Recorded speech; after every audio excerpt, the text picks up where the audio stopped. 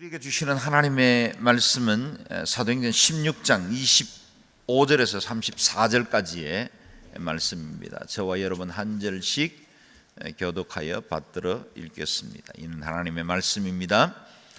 한밤쯤 됐을 때 바울과 실라가 기도하며 하나님께 찬송을 부르자 다른 죄수들이 귀 기울여 듣고 있었습니다.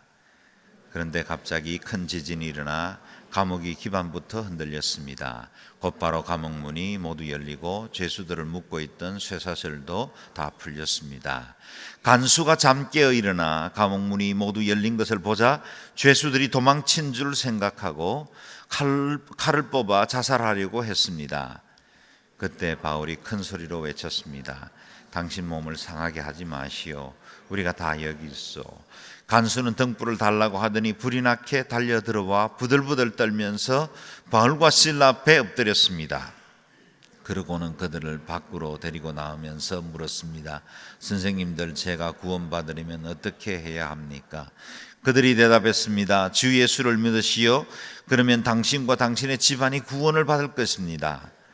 그러고 나서 바울과 실라는 그와 그 온 집안 사람들에게 주의 말씀을 전해 주었습니다. 그날 밤 그 시간에 간수는 그들을 데려다가 상처 부위를 씻어 주었습니다. 그러고는 당장 그와 온 가족이 세례를 받았습니다. 간수는 그들을 자기 집으로 데려가 음식을 대접했습니다.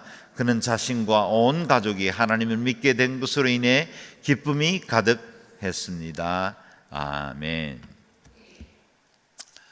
우리는 지난 주일에 아시아로 가는 길을 막고 비두니아로 가려던 복음의 길을 막으신 성령님, 닫힌 문을 통해서 새로운 문을 열고 복음의 길을 유럽의 첫성 빌립보로 인도하신 그 주님의 역사들을 보았습니다. 강가에서 앉아 기도하던 여인들 가운데 옥감장수였던 루디아라는 한 여인이 복음에 반응하게 됐고, 그래서 온 가족이 구원을 받음으로 유럽의 첫 교회가 개척되는 구원의 역사, 복음의 문을 활짝 여신 것을 보았습니다. 빌립보에서 하나님께서 이제 또 다른 문을 열고 계셨습니다. 어느 날 바울과 전도팀이 귀신 들린 여종 하나를 만났습니다. 이 여종은 사람에게 귀신의 힘을 빌어서 점을 쳐주고 이를 통해 많은 수익을 주인에게 안겨다 주는 그런 귀신 들린 여종이었습니다. 그런데 이 소녀가 바울과 전도팀을 만나자 그 안에 있던 귀신들이 단박에 바울과 그 전도팀이 전하는 예수 그리스도에 대해서 알아보았습니다. 귀신도 그리스도가 누구인지는 알아요. 그래서 며칠 동안 따라다니면서 소리질러 바울을 몹시 괴롭히게 된 것입니다. 참다 못한 바울이 그 아이 안에 있는 귀신을 꾸짖어서 쫓아냅니다. 그 말씀이 오늘 본문 앞에 있는 18절 말씀인데요. 같이 읽겠습니다. 시작. 이 아이가 며칠 동안이나 이렇게 계속하자 참다 못한 바울이 돌아서서 귀신에게 말했습니다. 예수 그리스도의 이름으로 내가 명한다. 그 아이에게서 당장 나오라. 바로 그 순간 귀신이 그 아이에게서 나갔습니다. 아멘. 아마도 이 점치는 소녀는 델포이 신전 무녀 중에 하나일 수도 있겠습니다. 당시 사람들은 이런 무녀들이 아폴로 신의 신탁을 받아서 귀신을 쫓아내고 인간의 운명을 점쳐준다고 그렇게 믿고 있었습니다. 그동안 이 소녀는 귀신의 힘을 빌어서 점을 쳤습니다. 사람의 미래를 알아봤습니다. 그런데 그 귀신이 떠나갔어요. 그랬더니 이제는 점치고 미래를 알아보는 능력이 다 사라진 것입니다. 이제는 여종의 주인들에게 돈을 벌어줄 수 없게 되었습니다. 이것 때문에 주인들이 화가 난 것입니다. 그래서 그들이 갖가지 말들로 바울의 전도팀을 고발하고 그리고 바울과 실라를 관원들에게 넘겨버렸습니다. 23절 24절 같이 읽겠습니다. 시작. 관리들은 그들을 심하게 때린 뒤 감옥에 던져놓고는 간수에게 그들을 단단히 지키라고 명령했습니다. 이런 명령을 받은 간수는 그들을 깊숙한 감방에 가두고 발에는 쇠고랑을 채워두었습니다. 평생 귀신에 붙들려 살던 한 여종이 정신이 온전케 되었습니다. 한 번도 인간다운 삶을 살지 못하던 그 노예 여인이 귀신에게 이끌려 살던, 자신의 의지도 자신의 자유도 누리지 못하던 한 여인이 자유함을 얻게 되었습니다. 그런데 그것 때문에 매질당하고 감옥에까지 갇히게 되었습니다. 감옥에 갇힐 만한 죄를 지었습니까? 그럴 수 없죠. 좋은 일을 했습니다. 그런데 오히려 억울한 일 당하기도 한 것입니다. 우리는 선교지에서 수많은 선교사님들이 이 같은 억울한 일들을 당하는 것을 보게 됩니다. 선교지의 아이들에게 빵을 그리고 옷을 공급했습니다. 학교를 지어줍니다. 농업과 기술을 가르쳐줍니다. 의료와 보건 혜택을 줍니다. 그 땅의 건강한 문화 그리고 인권과 여성들에게 눌려있는 여러 가지 환경들을 변화시키는 일들을 행합니다. 그런데 그 나라에게 상을 받기는커녕 도리어 위협당하거나 또 큰 수모를 당하고 추방당하기도 합니다.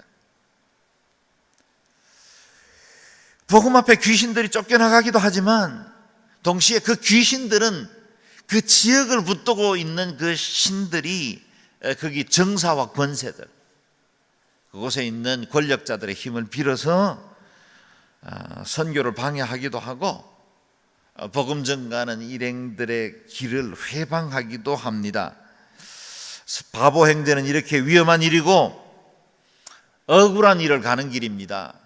바보 행제는 수고하고도 대가를 누리지 못하는 길입니다.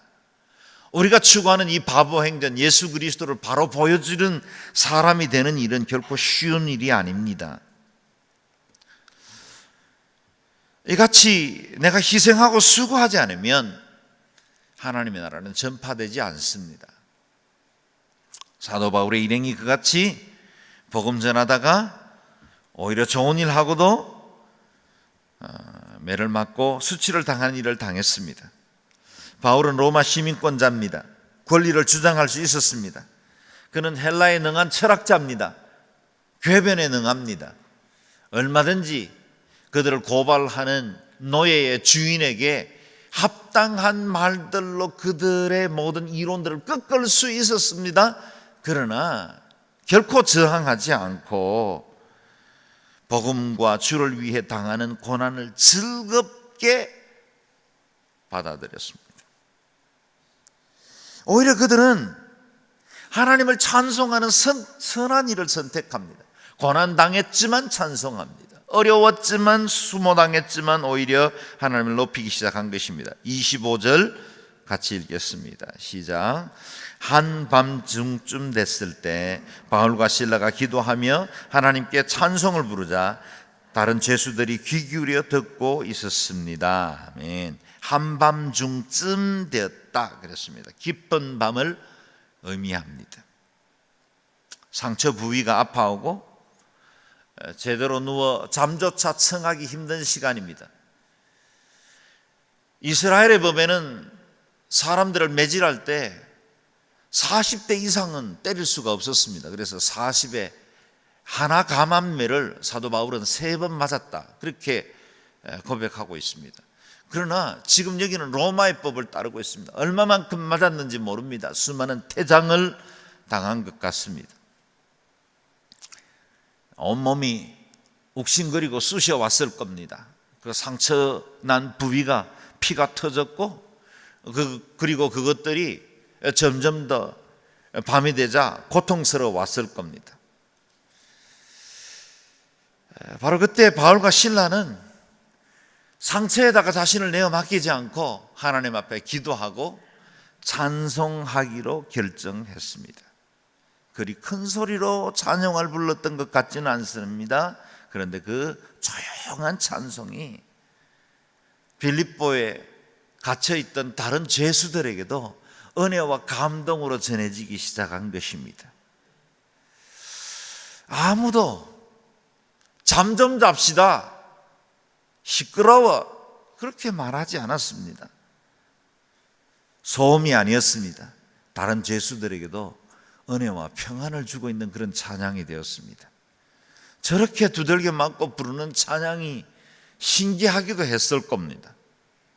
바울과 실라 자신도 현실적으로는 찬양하는 것 쉽지만은 않았을 것입니다. 그러나 그들이 고통스러운 자신들의 환경을 보지 않고 하나님의 전능하심을 찬양하기로 결정했습니다. 자신들은 고통받고 있지만 복음이 전파되고 있는 것으로 인해서 하나님의 그 은혜, 그 영광을 노래할 수 있었던 것입니다.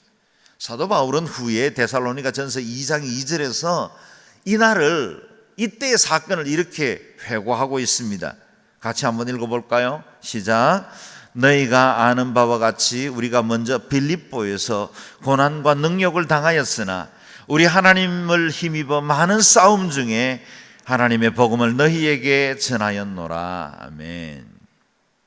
빌립보의 기억은 뭡니까? 고난과 능욕이었습니다. 얼마나 많은 매를 맞고 고초를 겪었는지 짐작할 수 있습니다. 제 자신과 여러분에게 물어보겠습니다. 우리의 삶의 깊은 고난의 밤에도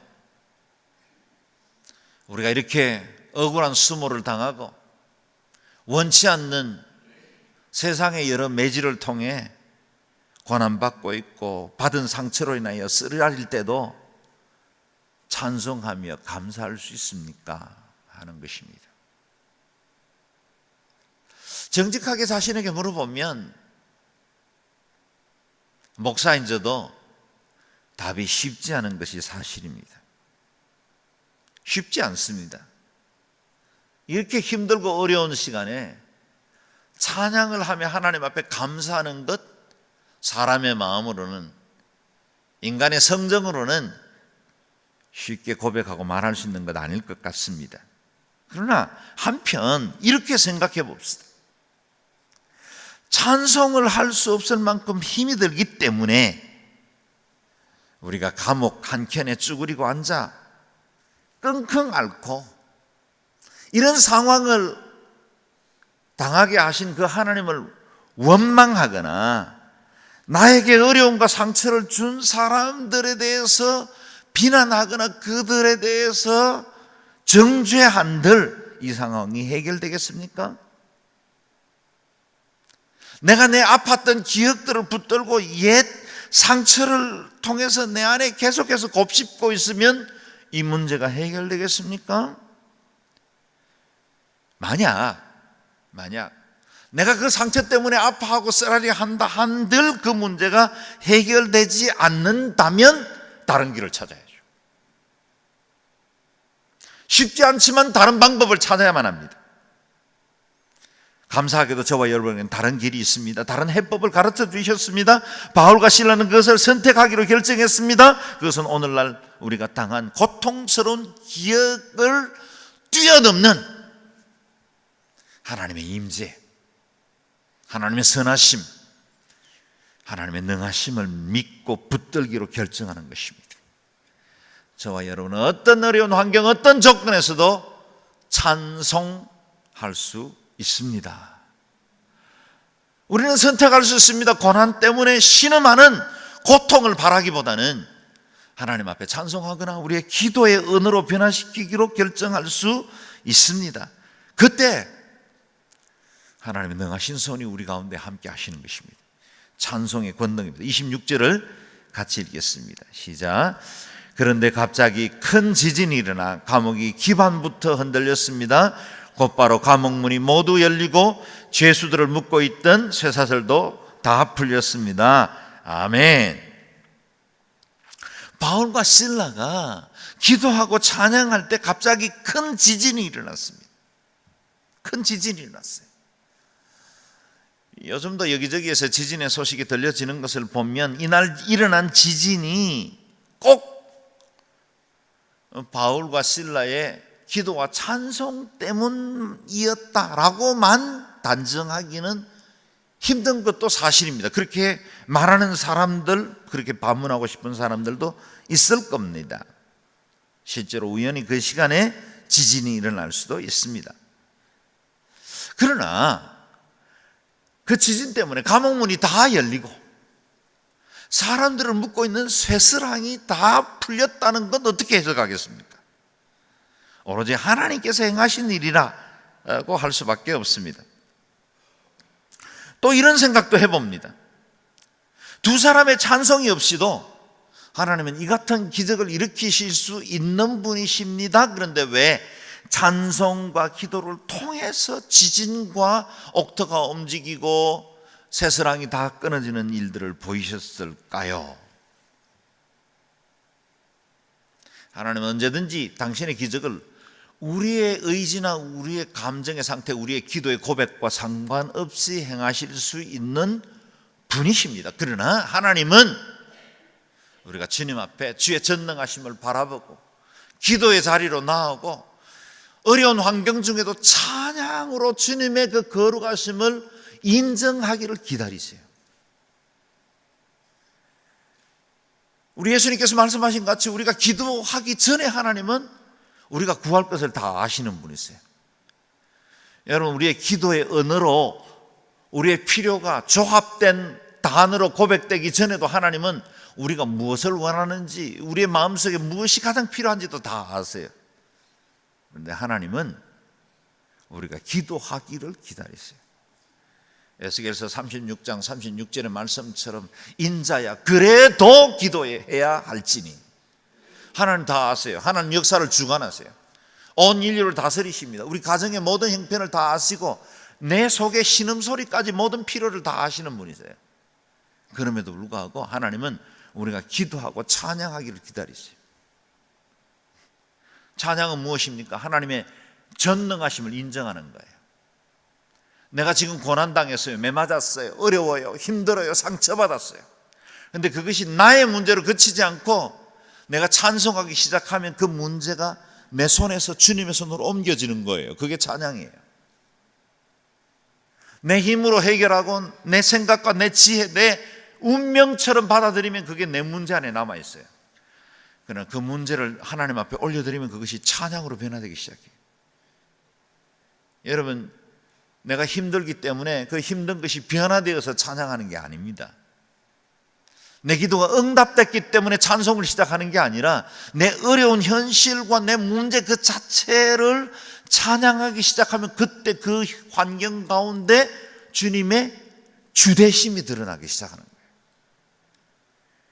멀린 캐도로스는 찬송생활의 권능이라는 이 책에서 우리가 찬양할 때 그 찬양 중에 거하시는 그 주님이 우리의 모든 환경 중에 들어오셔서 주인이 된다고 말하고 있어요.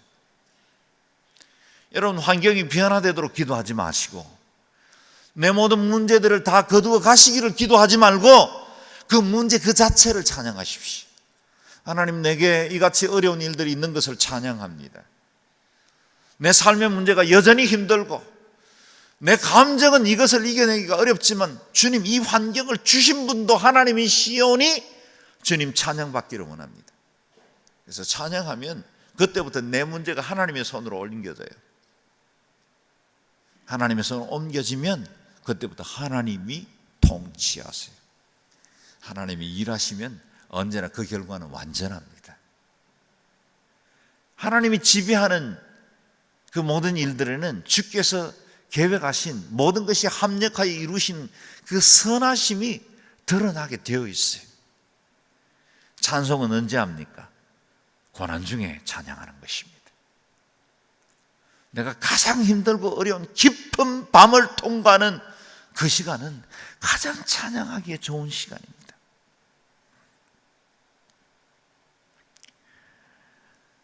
그렇습니다. 기도하는 자에게 기적이 일어납니다. 찬송할 때 감옥문이 열립니다. 그들의 환경은 한밤중이었지만 마음속에 예수 그리스도의 은혜로 인해서 빛으로 채워져 있었습니다. 그들의 몸은 고난받아 고통 중에 있었지만 그들의 영혼은 전능하신 하나님의 능력으로 인해서 찬양하고 있었던 것입니다. 예수 그리스도를 위해 받는 고난은 감사함으로 받아들였습니다. 어떤 일을 경험하고 있습니까? 무엇 때문에 힘드십니까? 여러분의 삶의 그 문제 한가운데 그 깊은 한밤중에 여러분의 입술에서 찬양이 고백되어지기를 바랍니다. 이 찬양을 통해서 하나님의 전능하심이 드러나고 하나님께서 이를 통해서 영광 받으시기를 주의 이름으로 축원합니다. 하나님께서 이와 같은 찬양을 받으셨고 그리고 이를 통해 놀라운 일들을 이루어 가신다는 믿음이 있었기 때문에 바울과 실라는 기꺼이 찬양할 수 있었습니다. 그 근거가 있었습니다. 고린도후서 5장 17절에서 18절 같이 읽겠습니다. 시작.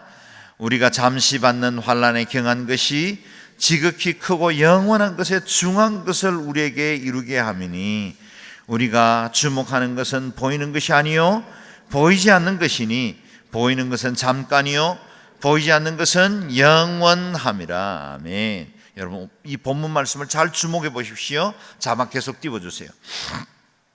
우리가 잠시 받는 환난에 경한 것이 그랬어요. 환난은 경한 것이라 그랬어요. 여러분 환난에 경한 것이 어디 있겠어요? 감기 걸린 것이나 암에 걸린 것이나 그 당하는 사람에게는 다 어렵습니다. 경한 건 아무것도 없어요. 어떤 환경을 만나든지 다 힘듭니다. 그런데 이 경한 것, 가벼운 것이라고 여길 수 있는 근거는 뭡니까?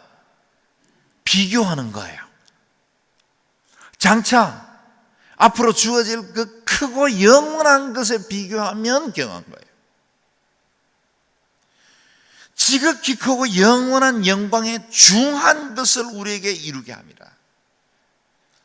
여러분 우리가 당한 모든 환난들, 고통들, 아픔은 장차 우리가 받을 그 영광에 비한 그 중한 것에 비하면 너무 가벼운 것이라는 거예요.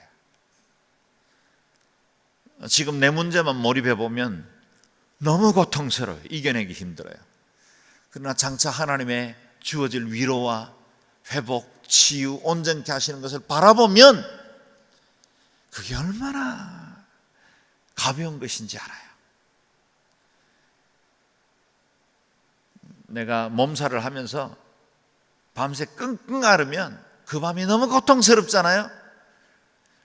근데 그게 다 치료받고 어느 날 몸이 가벼워졌을 때는 그 고통스러웠던 것들도 별로 크게 문제로 여겨지지 않잖아요. 여러분 우리에게 주어질 영광, 그 은혜, 그것에 비교하면 잠깐 보이는 것, 그것 위해서 살아야 할 이유 아니에요. 그것 때문에 고통스럽고 그것 때문에 인생 낙담하고 포기할 거 아니에요. 왜냐하면 우리는 보이지 않는 영원한 것을 위해서 살아가기 때문입니다. 저는 신병훈련을 마치고 강원도 양구에 있는 한 부대에 탄약관리병으로 배치를 받았습니다. 오래전 이야기네요. 막대기 하나 2등병으로 이제 막 부대 생활에도 적응하고 일도 익히고 있는 중이었습니다. 그러나 몇 개월 되지 않아서 사단에서 창설된 발칸 포대에 탄약관리병으로 전출되어 가게 되었습니다. 더블백을 메고 새 부대에 도착해 보니 기가 막혔습니다. 이름도 인제 가면 언제 오나 원통에서 못 살겠네. 인제 원통이었습니다. 부대 건물도 아직 없었습니다. 다른 부대 연병장에 텐트를 치고 임시 막사에서 새로운 부대 건물을 지을 때까지 기다리는 그 와중에 훈련도 하고 또 이 각각의 부대에서 전출되어 온 병사들이 팀워크를 맞추도록 준비하는 시간이었습니다. 식사도 화장실도 다 텐트 안에서 이루어졌으니 여간 불편한 것이 아니었습니다. 오들오들 떨면서 모포에 쪼그리고 앉아 밤을 많이 지새웠습니다. 그때도 구타금지법이 있었습니다. 그러나 각 부대에서 전출되어 온 외인 부대였기 때문에 그 질서가 통할 리가 없었습니다. 낮에는 고된 노동과 훈련, 밤에는 구타가 이어졌습니다. 하룻밤도 그냥 지새놓은 밤이 없습니다. 만약 구타 없이 밤에 잠자리에 들면 불안해서 잠자리에 들기가 힘들 정도였어요. 언제 밤에 자는데 소집할지 모르기 때문입니다. 좋은 부대와 고참을 만나게 해주시기를 기도하고 입대한 군대였는데 이렇게 최악의 상황으로 내몰리는 것에 대해서 이해가 되지 않았습니다.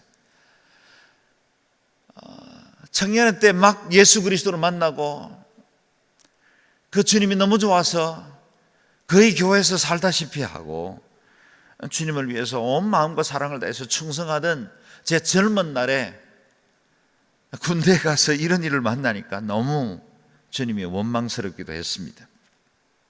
그러나 제가 힘들어하고 원망한다고 해서 이 창설부대에 모여든 이 병사들이 바뀌지는 않을 것입니다. 구타가 멈추지도 않을 것을 잘 알았습니다.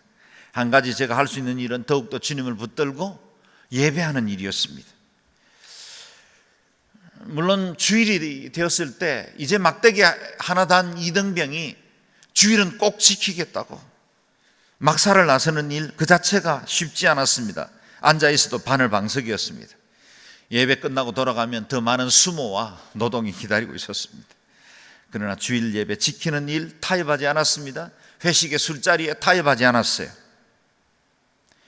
점차 우리 부대에서 제가 제일 심한 기독교 환자라는 것이 알려졌습니다. 그 때문에 낮에 괴롭히던 고참들도 밤에 잠자리를 누울 때쯤이 되면 저를 막사로 불러내어 찬송 하나씩을 부르게 시켰습니다. 모두가 취침 준비를 끝내고 누웠을 때 그 연병장에 저 혼자 서서 텐트를 향해서 찬양을 불렀습니다. 저 멀리 배는 나의 시온성, 오 나의 거룩한 아버지 집, 내 사모하는 집에 가고자 온 밤을 세웠네.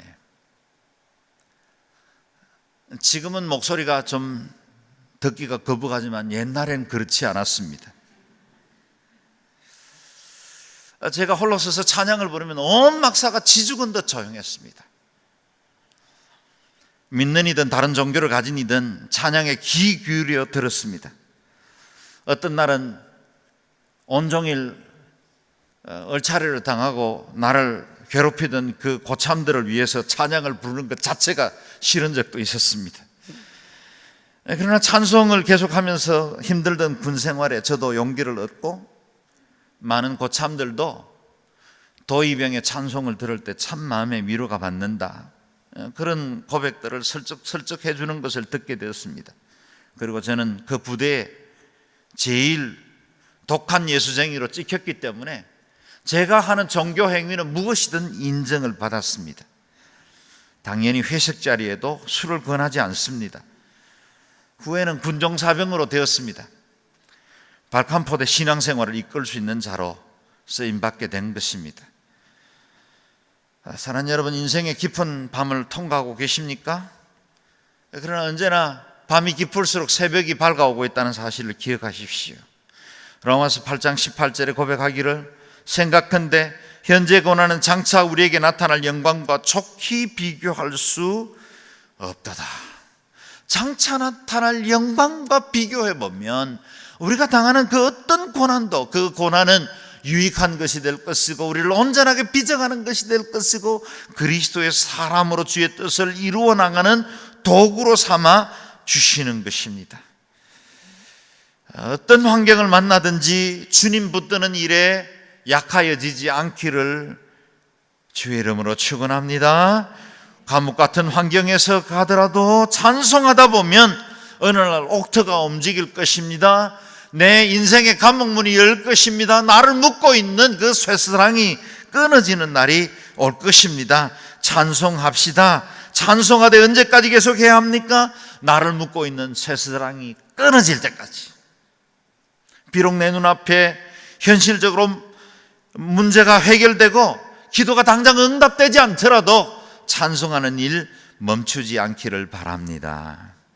더욱 놀라운 것은 그들이 기도하고 찬송할 때 그들 자신의 쇠사슬만 끊어진 게 아니에요. 그 감옥에 있던 다른 죄수들의 쇠사슬까지 다 풀리게 된 것입니다. 감옥 전체의 문이 다 열린 것입니다. 정말 묵상할수록 은혜가 되는 말씀입니다. 여러분, 우리가 기도하고 찬송할 때 내 문제만 해결되는 것이 아니라 나와 함께 내 주변에 있는 사람들의 형편까지 해결되는 거예요.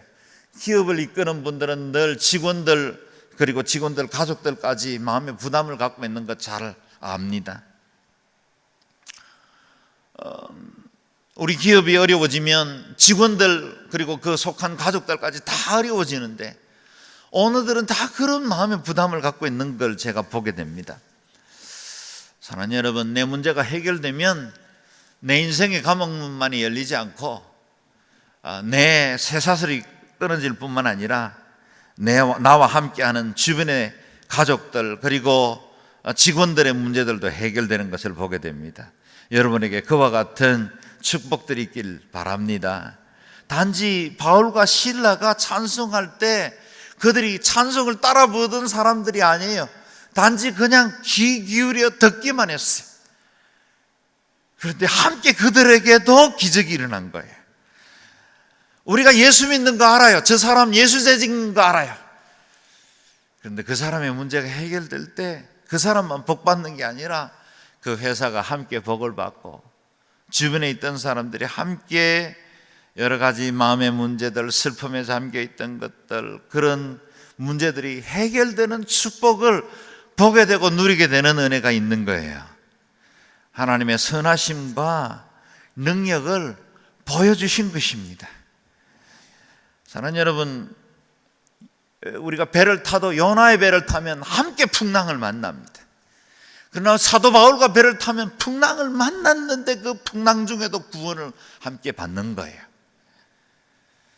내가 나와 함께 배를 탄 사람들에게 복이 될 수도 있고 오히려 그 사람들의 인생을 풍랑 앞에 직면하게 만들기도 합니다. 여러분이 기도하고 찬송할 때 내 문제뿐만 해결될 뿐만 아니라 곁에 있는 사람들, 나와 함께 배를 타고 있는 사람들도 다 해결받고 다 복을 누리시기를 주의 이름으로 축원합니다. 감옥문이 열린 것은 분명 기적이지만 이를 통해서 하나님께서 행하시는 일이 있었습니다. 준비된 영혼을 구원한 일입니다. 27절에서 30절까지 같이 읽겠습니다. 시작.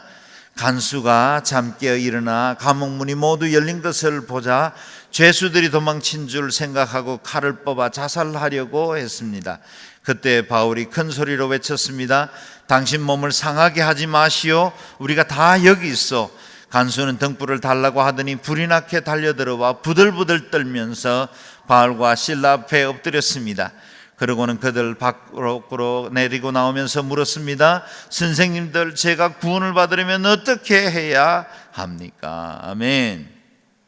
빌립보 감옥을 지키던 간수는 감옥문이 다 열린 것을 보고 자신이 책임져야 할 죄수들이 도망친 줄 알고 자결하려고 했습니다. 당시 죄수들이 타러 가면 관수에게 죄를 묻던 관례가 있었기 때문에 자신에게 당한 이 엄청난 일들 때문에 자결까지 하려고 했습니다. 그때 바울이 큰 소리로 그의 행동을 막았습니다. 우리가 다 여기 있어. 우리가 다 여기 있어. 놀랍지 않습니까? 여러분, 감옥문이 열렸어요. 바울과 실라는 그렇다 치더라도 다른 죄수들조차도 감옥문이 열리고 쇠사슬이 끊었는데 도망가지 않은 거예요. 다 하나님의 영광과 그 임재 앞에 두려워서 그 자리를 떠날 수가 없었던 겁니다. 어느 죄수도 도망가지 않았어요. 이 또한 기적 아니겠습니까? 간수가 등불을 들고 감옥을 살펴본 후에 부들부들 떨면서 바울과 실라 앞에 엎드렸습니다. 간수가 죄수 앞에 엎드렸습니다. 간수가 죄수 앞에 엎드렸습니다. 그리고 두려웠답니다. 그 떠는 것은 더 이상 지진 때문에 떠는 거 아닙니다. 탈옥했을까 두려워 떠는 것도 아니었습니다. 이제는 하나님의 그 전능하심과 그 거룩함 임재 앞에 뜨는 것입니다. 그리고 곧바로 묻습니다. 선생님들, 제가 구원을 받으려면 어떻게 해야 합니까? 선생님들, 제가 구원받으려면 어떻게 해야 합니까? 이 질문이야말로 오늘날 모든 인류가 물어야 할 절박한 질문이기도 합니다. What must I do to be saved? What must I do? 내가 무엇을 해야 내가 구원을 받을 수 있습니까? 반드시 물어야 하는 질문이죠. 왜 그렇습니까? 인간은 죄로 인해 멸망받을 수밖에 없는 상태이기 때문입니다. 진노 아래 있습니다. 그냥 두면 지옥 갑니다. 하나님의 그 저주 아래 있습니다. 멸망받게 되어 있습니다. 간수가 등불을 높이 들고 물었던 것처럼 내 죄된 것과 저주를 받은 상태를 직시하고 가슴 깊은 곳으로부터 우러나오는 절규를 외쳐야 합니다. 제가 구원받으려면 어떻게 해야 합니까? 놀랍게도 저와 여러분은 답을 가지고 있습니다. 31절에서 32절 말씀 같이 읽습니다. 시작. 그들이 대답했습니다. 주 예수를 믿으십시오. 그러면 당신과 당신의 집안이 구원을 받은 것입니다. 그러고 나서 바울과 실라는 그와 온 집안 사람들에게 주의 말씀을 전해 주었습니다. 아멘. 주 예수를 믿으십시오. 우리가 모든 사람들을 만날 때마다 고백해야 하는 거죠. 내 안에 있는 예수가, 날 구원하신 그 예수가 당신도 구원할 수 있습니다. 주 예수를 믿으십시오. 그런데 보십시오. 간수는 묻습니다. 내가 무엇을 하여야? What must I do? 무엇을 하여야 구원을 얻겠습니까? 물었습니다. 그러나 바울은 무엇을 해서 얻는 구원이 아니라 주 예수를 믿으라. 믿기만 하면 구원받는 자. 행위나 적선이나 수고나 종교적인 의로 구원받는 것이 아니라 오직 한 가지, 믿기만 하면 구원을 받는다 라고 선포합니다. 인간 스스로는 우리의 죄값을 치룰 수 없습니다. 그래서 예수님께서 우리의 죄값을 대신 치루신 것입니다. 그것을 우리는 대속이라고 말합니다. 내가 빚을 갚은 것이 아닙니다. 주님이 지불하셨습니다. 채무불이행 상태에 빠진 우리를 위해 주님께서 대신 지불하셨습니다. 그것을 리뎀션, 대속이라고 부릅니다. 그 은혜를 우리는 누렸습니다. 그 은혜를 인정하기만 하면 됩니다. 받아들이기만 하면 됩니다. 주 예수를 믿으라. 그리하면 당신과 당신의 집안이 구원을 받을 것입니다. 믿기만 하면 구원받습니다. 오직 믿음입니다. 오직 은혜입니다. 다른 것을 더하지도 말고 빼지도 마십시오. 오직 믿음으로 구원받습니다. 아멘. 그리고 이 간수의 변화를 보십시오. 33절, 34절입니다. 시작. 그날 밤 그 시간에 간수는 그들을 데려다가 상처 부위를 씻어 주었습니다. 그러고는 당장 그와 그 온 가족이 세례를 받았습니다. 그 간수는 그들을 자기 집으로 데려가 음식을 대접했습니다. 그는 자신과 온 가족이 하나님을 믿게 된 것으로 인해 기쁨이 가득했습니다. 아멘. 간수는 자신이 알게 된 이 예수, 믿게 된 이 예수를 온 가족에게 전하게 되었습니다. 이로 인해서 온 가족이 기쁨으로 가득 차게 되었다 그랬습니다. 이전에 간수는 제수들이 도망갔을까 하여 두려워 떨던 자였습니다. 그런데 이제는 두려움이 없습니다. 제수를 오히려 감옥 밖으로 데려다가 자기 집으로 모셨습니다. 그리고 제수에게 음식을 대접하고 그 제수가 가진 그 복음, 그 생명의들을 온 가족이 듣게 했습니다. 주 예수를 믿으라. 그리하면 너와 내 집이 구원을 얻으리라. 사랑하는 여러분, 우리는 주 예수를 믿고 있지 않습니까? 만약에 내가 예수를 믿고 있다면 이 예수님은 우리 집의 구원이 되어야 합니다.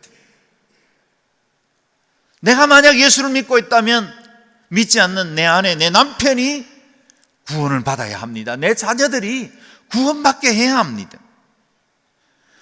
내 안에 있는 복음은 그냥 내 안에 머무를 수 있을 수 없습니다. 내 안에 구원을 시작하신 그 예수님은 우리 온 집안이 구원받기를 원하십니다. 죄수가 담대하게 두려움 없이, 관수가 그와 같이 그 두려움 없이 죄수를 데려다가 자기 집에 데려온 것처럼 말이죠. 여러분, 내가 믿는 이 예수를 전파하는 일에는 장애가 있을 거예요. 두려움이 있을 거예요. 모험이 있습니다. 인정하지 않을 거예요. 쉽게 받아들이지 않는 경우도 만날 겁니다. 가족 전도 제일 어렵다는 거 잘 압니다. 그러나 간수가 그랬던 것처럼 감옥에서 있는 죄수를 끄집어오는 그 도전, 그 믿음의 행위, 장애를 넘는 그 안에 있는 모든 두려움을 뛰어넘고 이제는 그 복음을 듣게 해야만 하겠다는, 우리 온 가족이 구원받게 해야만 하겠다는 그 열망 하나로 사도 바울과 실라를 자기 집으로 데려오는 그 믿음의 행위, 결단, 그게 있어야 하는 거예요.